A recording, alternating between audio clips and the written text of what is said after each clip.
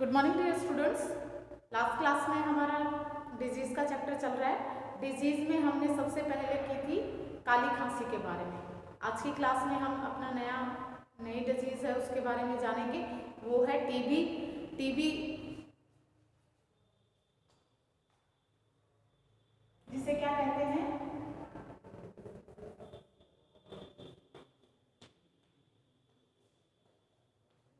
TB कहते हैं और इसको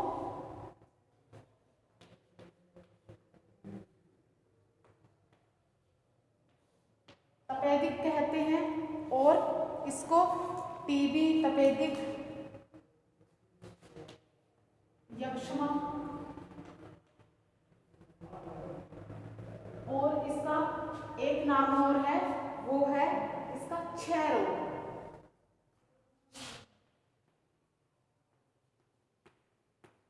यानी इसके काफी सारे नाम हो गए हैं, टीबी, तपेदिक, यक्ष्मा और क्षय रोग। अब टीबी का क्या मतलब होता है? ट्यूबरोक्लोसिस।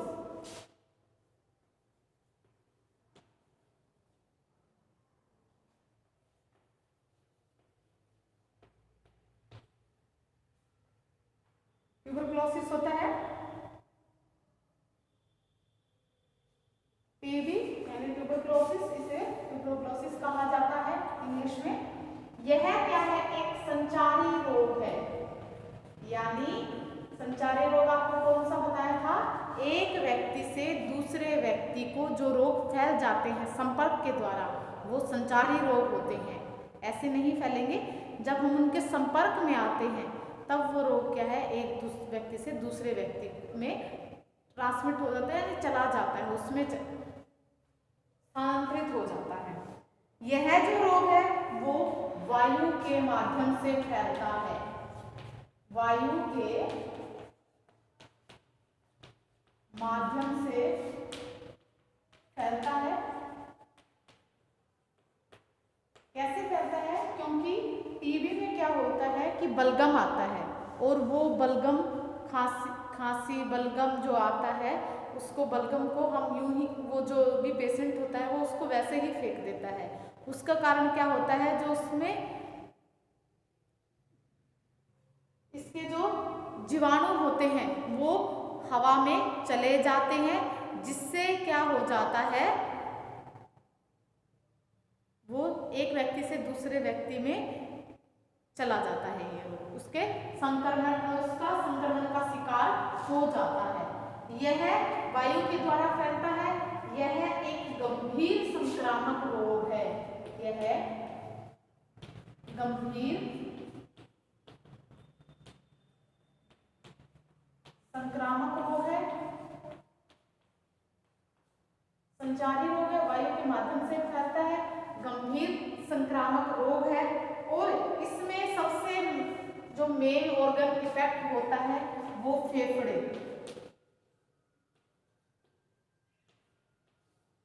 फेफड़े इससे अत्यधिक प्रभावित होते हैं।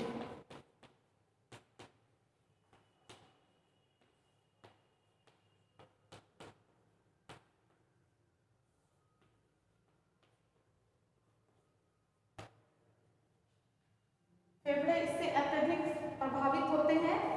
इसके अलावा आंत होते हैं, आंत, गुर्दे,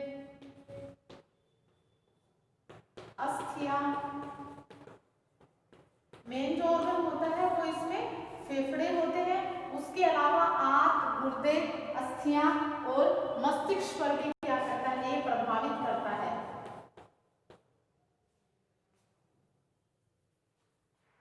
इसमें ये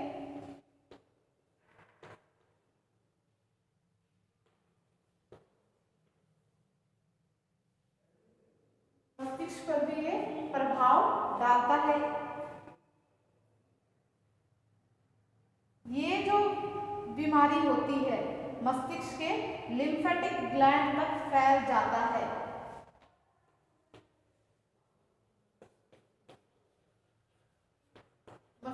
आंत, गुर्दे, अस्थि और मस्तिष्क लिम्फेटिक ग्लैंड जो होती है उस तक ये फैल जाते हैं।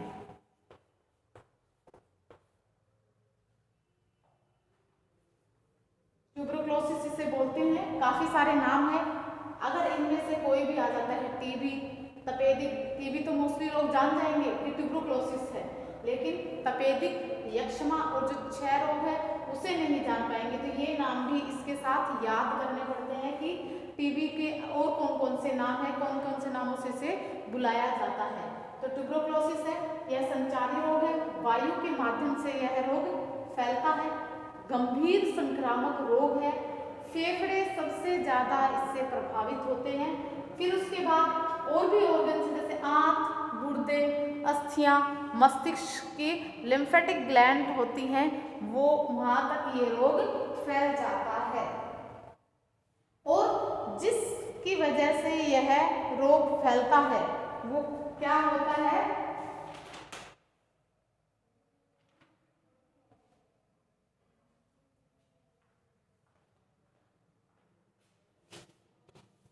ये क्या है, एक जीवाणु की वजह से फैलने वाला रोग होता है। जीवाणु की वजह से ये रोग फैलता है और उस जीवाणु का क्या नाम है, उस जीवाणु का नाम है माइकोबैक्टीरियम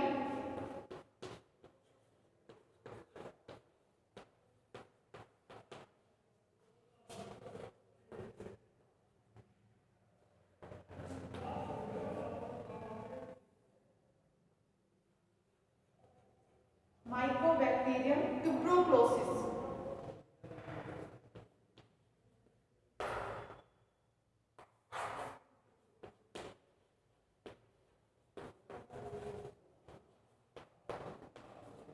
जिस जीवाणु की वजह से ये फैलता है वो जीवाणु है माइकोबैक्टीरियम ट्यूबरकुलोसिस। जीवाणु की वजह से ये रोग फैलता है।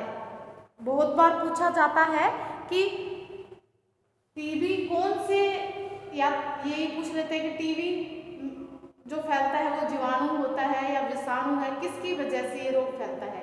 फिर दूसरा क्वेश्चन होता है कि जो टीबी जिसके द्वारा फैलता है वह कौन सा जीवाणु है, जीवाणु का नाम पूछ लेते हैं। और ये क्या है, संचारी है या असंचारी रोग है। तो ये सारी चीजें इसमें, इसके क्वेश्चन अलग अलग प्रकार के ये बनते हैं। अब जो इसका उद्भवन काल होता है, यानी इसका जो समय होता है, लगभग 6 से 4 सप्ताह तक का इसका उद्भवन समय होता है।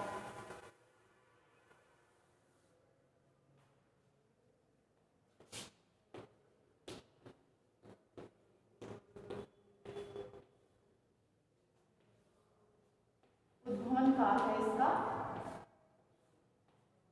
4 से 6 सप्ताह तक इसका उद्भवन काल होता है। अब इसके लिए एक टीका लगता है। प्रतिरक्षण किससे किया जाता है, इसका बचाव है वो किससे किया जाता है, इसके बचाव के लिए एक टीका लगता है जो BCG लगता है। और यह BCG का जो इंजेक्शन है वो जन्म के समय ही लगता है। जन्म के समय ये इंजेक्शन लगता है। तो ये क्वेश्चन बन जाता है, एक क्वेश्चन इंपॉर्टेंट है ये यहाँ से, कि ये इंपॉर्टेंट हो गया इसमें कि बच्चे को जन्म के समय पहला टीका कौन सा लगता है, BCG का टीका बच्चे को जन्म के समय लगता है। और सबसे पहला टीका बच्चे का यही होता है, जन्म के समय लगता है। और 3 माह की अवधि तक भी इसको दिया जाता है, लेकिन मोस्टली क्या है, जन्म के समय ही इस टीके को लगा दिया जाता है। अब इसमें क्या है, जो BCG है ये क्या है,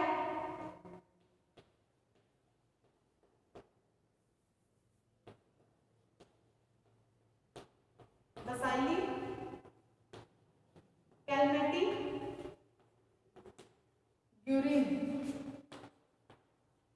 ये इसकी फुल फॉर्म है। बेसेली कैलमेटी यूरिन, इसकी फुल फॉर्म है BCG।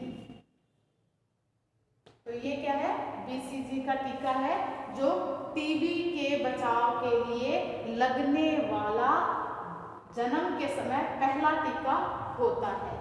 तो ये क्या है, इसमें ये जो भी डिजीज हम करेंगे उसमें जो भी पॉइंट्स है, चाहे प्रतिरक्षण की बात हो कि किस प्रकार से प्रतिरक्षण किया जाता है, कौन सा टीका लगाया जाता है, कितने समय के लिए ये रोग होता है, उद्भवन काल कितना होता है इसका, कि इसको पता लगने में कितना टाइम लग जाता है, फिर इसके जीवाणु विषाणु किसकी वजह से होता है यह, और ये पूछ लिया जाता है कि ये संचारी रोग है या असंचारी रोग है, ये भी पूछ लिया जाता है, और उसमें जो जीवाणु विषाणु का नाम पूछ लिया जाता है।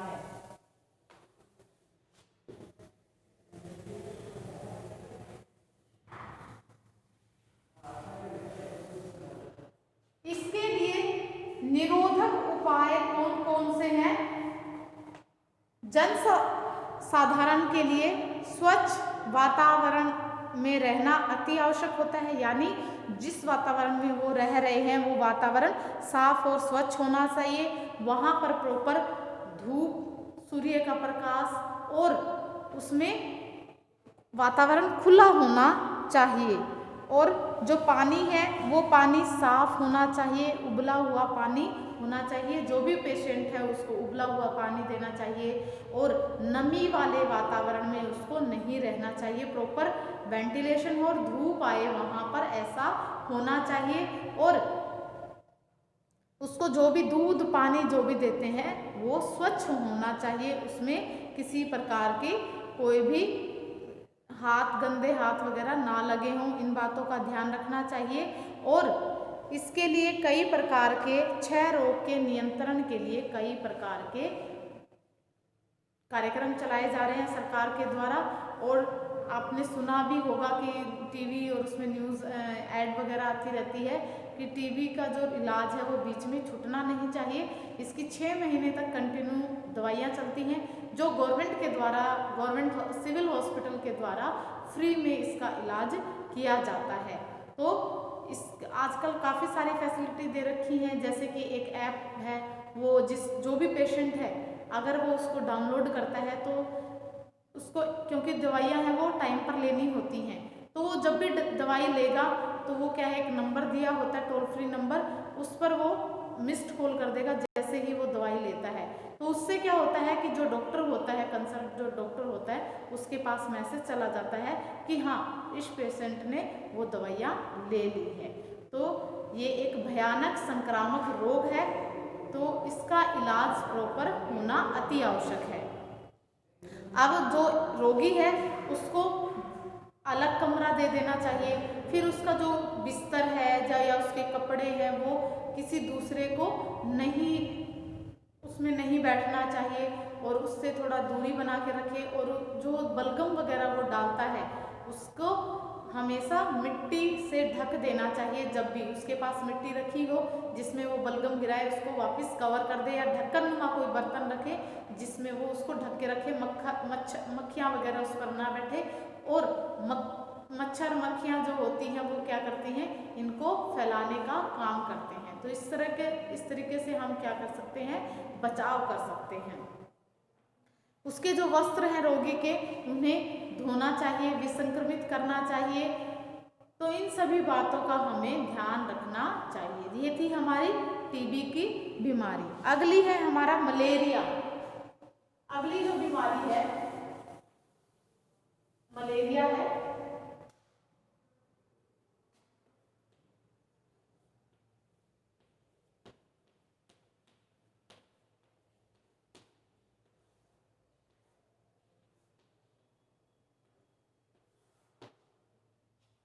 मलेरिया जो रोग है, ये मलेरिया रोग वर्षा ऋतु में होता है। यह रोग वर्षा ऋतु के समय यह रोग अधिक होता है।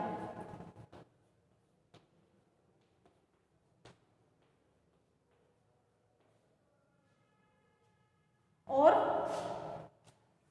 इसमें यह मलेरिया रोग वर्षा ऋतु में 60% आर्द्रता होने से होता है। अगर हमारे एनवायरनमेंट में 60% तक ह्यूमिडिटी होती है यानी मॉइस्चर रहता है, उस समय ये रोग हो जाता है। यह एक प्रकार का प्रोटोजोआ है, जो एक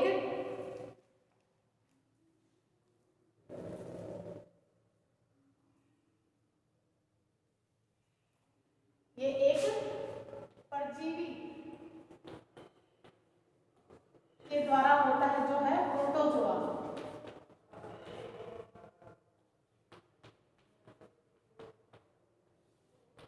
परजीवी प्रोटोजोआ के द्वारा यह रोग होता है, जो कि एक आपको बताया परजीवी है।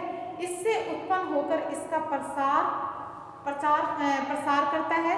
एनाफ्लीज नामक मादा मच्छर से होता है, यानी प्रोटोजोआ के कारण होता है ये रोग, और इसका जो प्रसार जो करता है वो मादा एनाफ्लीज होता है, जो इसका प्रसार करता है, मलेरिया रोग को फैलाता है। इसीलिए हम क्या कहते हैं कि वर्षा ऋतु में पानी को ठहरने नहीं देना चाहिए, क्योंकि वो क्या करते हैं, मच्छर पैदा हो जाते हैं और वो बीमारियों का कारण बनते हैं। तो मलेरिया किससे फैलता है? ये जो रोग होता है यह मादा मच्छर से होता है। मादा मच्छर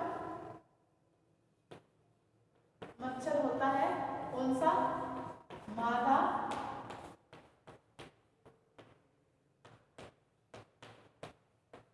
एनाफ्लीज होता है। मादा एनाफ्लीज के द्वारा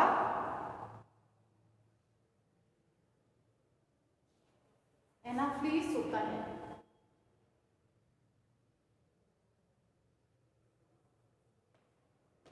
मादा एनाफ्लीज होता है, उसके द्वारा यह रोग फैलता है।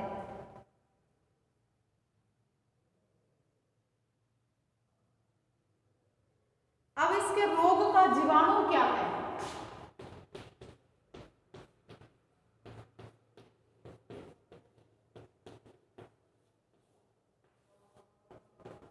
इसके जो रोग का जीवाणु है वो है प्लाज्मोडियम वर्ग के ऊपर जीवित प्लाज्मोडियम वाइवेक्स। यह 48 घंटों के लिए अपना जीवन चक्र पूरा करके बुखार हर 2 दिन के बाद होती रहती है। इसमें बुखार होती है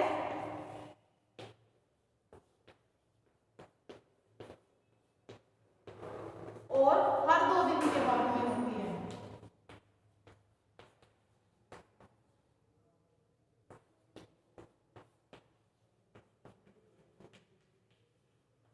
हर 2 दिन के बाद में इसमें बुखार होती है।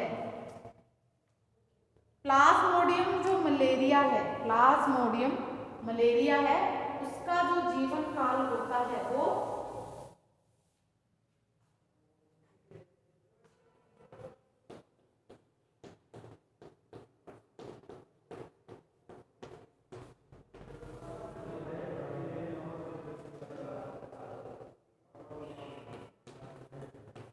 प्लाज्मोडियम मलेरिया, ये मलेरिया का टाइप ही है। इसका जो जीवन काल होता है वो 72 घंटे होता है। 72 घंटे इसका जीवन काल होता है प्लाज्मोडियम मलेरिया का। अब इसमें एक और होता है इसके अंदर, ये तो प्लाज्मोडियम मलेरिया है, एक और मलेरिया होता है जिसे बोलते हैं प्लाज्मोडियम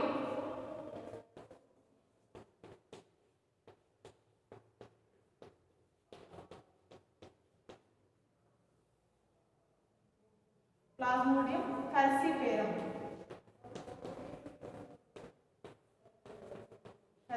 होता है। यह भी क्या है, एक प्रकार का रोग है। इसमें क्या करते हैं, इसकी अधिकता हमारे लिए घातक होती है। इसकी जो अधिकता होती है, यानी इसका संक्रमण अधिक हो जाता है, तो ये अधिकता खतरनाक होती है।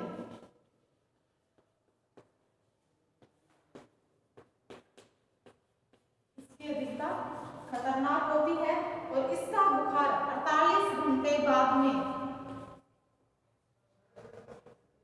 बाद तेज आकर 48 घंटे के बाद तेज आकर बुखार बहुत ज़्यादा तेज हो जाता है, तेज होकर व्यक्ति की मृत्यु हो जाती है।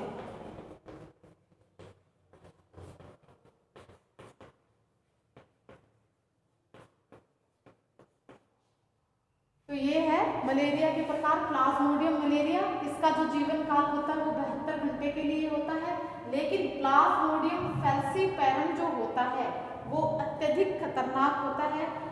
व्यक्ति को 48 घंटे के बाद में बहुत तेज बुखार होता है और बुखार के बाद उसकी मृत्यु हो जाती है। तो ये इसके मलेरिया के प्रकार हो गए। अब इसका उद्भवन काल कितना होता है? तो मलेरिया क्या है?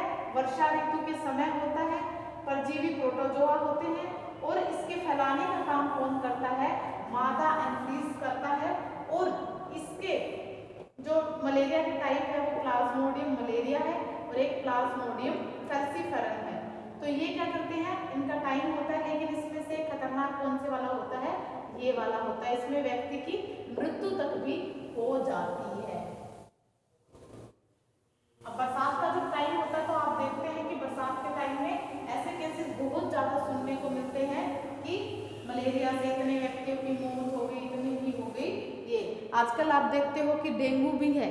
डेंगू का आपने देखा था, अभी तो थोड़ा सा कम है, लेकिन 20-25 दिन पहले इतना ज़्यादा इसका प्रकोप था डेंगू का, क्योंकि एनवायरनमेंट में क्या है, चेंज होते हैं तो मच्छर वगैरह बहुत ज़्यादा हो जाते हैं और मच्छर ही क्या है, कई प्रकार की बीमारियों के लिए ये जानलेवा साबित हो जाते हैं। डेंगू से भी काफ़ी सारी मौतें होती हैं। तो ये मच्छर है वो काफ़ी खतरनाक होते हैं। इसका उद्भवन काल,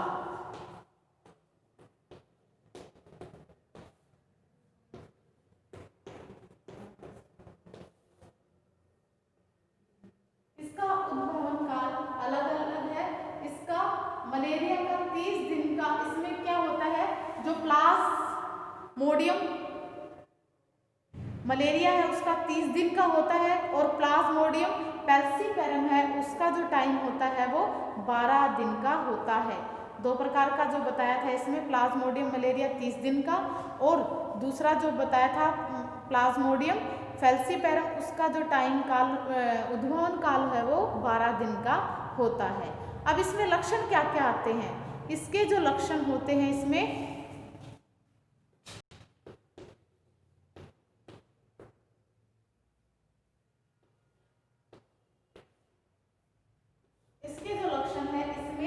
ठंड लगती है,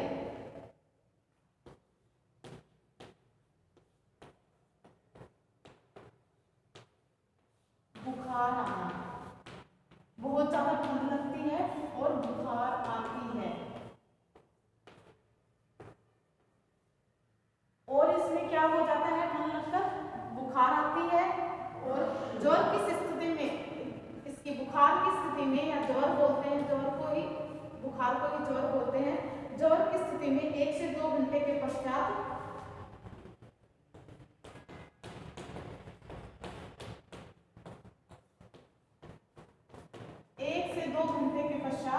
गर्मी लगने लग जाती है। इसमें गर्मी लगती है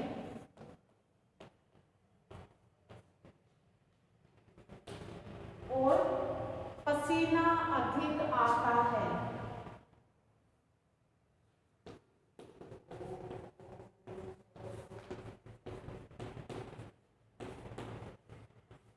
पसीना बहुत अधिक आता है इसके अंदर।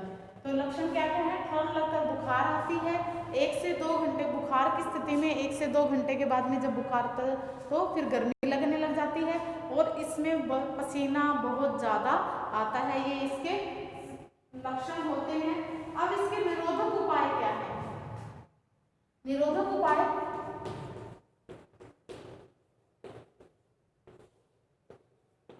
यानी इसको रोकने के क्या क्या उपाय हैं? सबसे पहले तो क्या है, एक हमारा जो एनवायरनमेंट है, आसपास का जो वातावरण स्वच्छ होना चाहिए।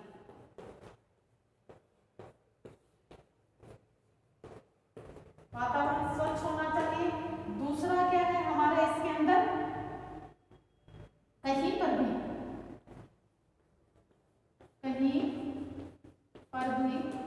पानी इकट्ठा नहीं होने देना चाहिए।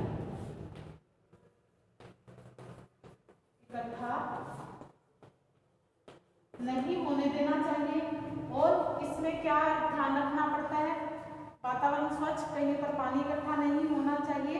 और वहां पर जहां पर भी पानी इकट्ठा हो जाता है तो उसके ऊपर मिट्टी का तेल डाल देना चाहिए। मिट्टी, केरोसिन ऑयल होता है, मिट्टी का तेल, वो यहाँ वहां पर उस जगह पर डाल देना चाहिए, जिससे कि मच्छर वगैरह पनपे नहींगे। और मच्छरों से बचाव के लिए मच्छरदानी का प्रयोग करना चाहिए। मच्छरों से बचाव के लिए मच्छरदानी, या मच्छरों के लिए क्रीम वगैरह आ गई है, मच्छरदानी का यूज करना चाहिए। तो ये इसके बचाव के उपाय हैं। वातावरण स्वच्छ, कहीं पर भी पानी इकट्ठा नहीं होना चाहिए, इकट्ठा हो भी जाए तो मिट्टी का तेल उसमें डाल देना चाहिए, मच्छरदानी का प्रयोग करना चाहिए। ये इसके निरोधक उपाय हैं।